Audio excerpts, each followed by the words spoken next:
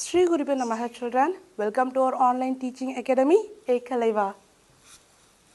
Here we are going to learn, the next lesson is fluids.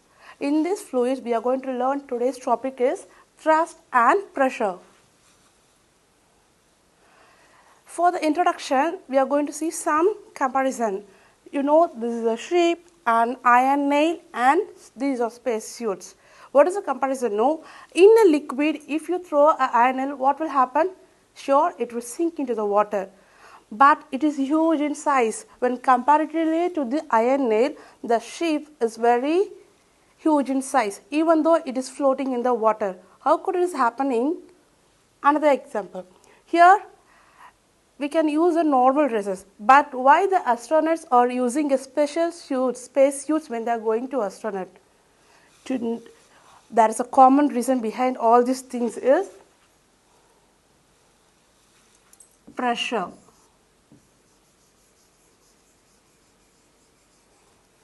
Due to this pressure only, the iron nail is sinking in the water and the ship is floating on the surface of the water. Due to the pressure only, the astronauts are wearing a special space suits when they are going to space. And the pressure when we take, considering the three states of matter, solid, liquid or gas. When you keep on giving a pressure to a solid, what will happen to that? At one certain stage, due to this inherent, which means natural character, it will break into two forms, which means it will deform it.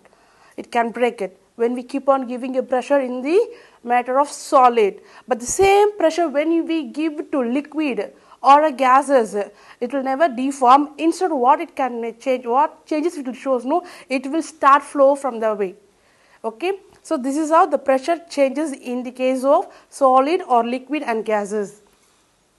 The same, if we take a pin and then board, if you push the pin with the head side, whether it is easy to move? No, it will make us too difficult to push into the pin. But the same pin, when you invert, when you insert with the help of pointed side, means it can go easily and insert in the board. Okay, even this is also based on pressure. And next, there are some questions.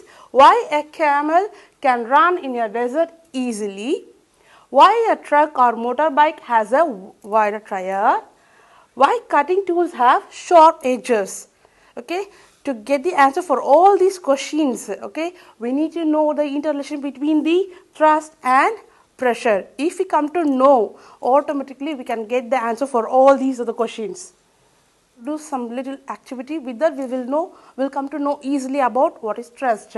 So just stand on a loose sand and lie down on a. After some time, you will get lie down on that same sand. What will happen? No, the force exerted on the sand. The force exerted on the sand is the weight of our body. Okay, we can stand through our leg, to our feet. Okay, all the weight goes down to the feet of our leg. So that force will exerted, isn't it? So, which is same, the force, this force acting perpendicularly. Okay, which means when we are standing on a loose sand, the force which acting vertically, for example, now the surface is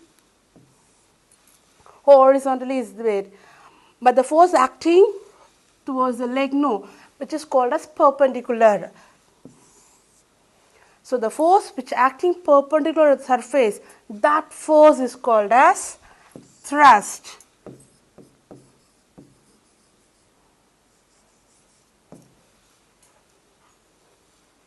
Understand, children? The force which acting perpendicularly, the surface is horizontal, the force which acting perpendicular to the surface, that is called as thrust. And there is some difference on the thrust, effect of thrust. How does the effect will take place? No. Listen, when we are standing, the force, when we are standing, the force which acting perpendicular to the area of a feet, the force also is equal to the area of a feet. The force which is equal to the area of a feet. Okay. When compared to that, after you lie down, the same force which acts the whole body. After lie down, the force which acts the whole body. So the same force when you are standing or when you are lying, there are differences, isn't it? So the force which is acting when you are standing is the area of your feet alone. But after you lie down, the force which is acting the area of a whole body. So this shows the effect of thrust depends on the area. Okay, the effect of thrust depends on area. What is thrust means? The force which is acting perpendicular to the surface. You know what is perpendicular? If this is surface means acting towards vertically, which is called as perpendicular. The force acting perpendicularly is called thrust. The effect of thrust depends on area. So through which we have learned about what is thrust. Okay. Now we are going to learn pressure. The force per unit area on an object. Okay. Depends on the area the force will act. No. So that is called as pressure.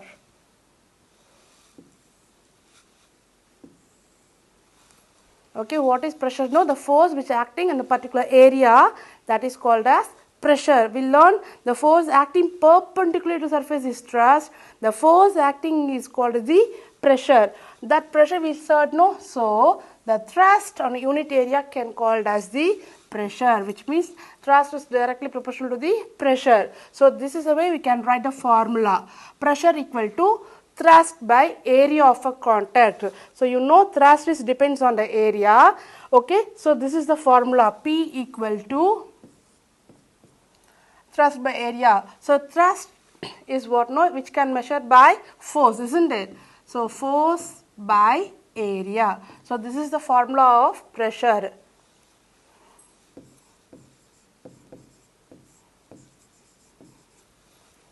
And how do we can measure the pressure? No, depends on the area. So take a two cylinder and place depends on the area. The area one is larger and the area another one is smaller.